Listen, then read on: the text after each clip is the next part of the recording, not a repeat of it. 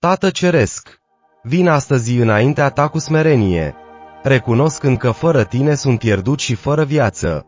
Prin marele tău har, doresc să primesc o viață nouă, o viață reînnoită prin puterea lui Iisus Hristos, Mântuitorul meu.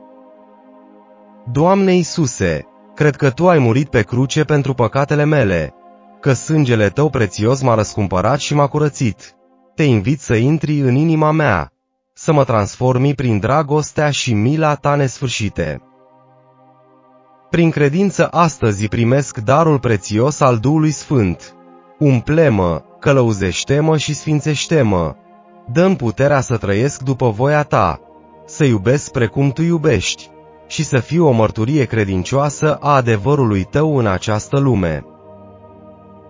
Renunț la tot ceea ce mă desparte de Tine.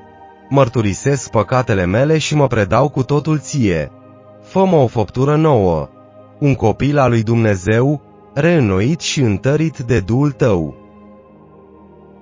Îți mulțumesc, Tată, pentru darul vieții noi și pentru prezența Ta divină în mine.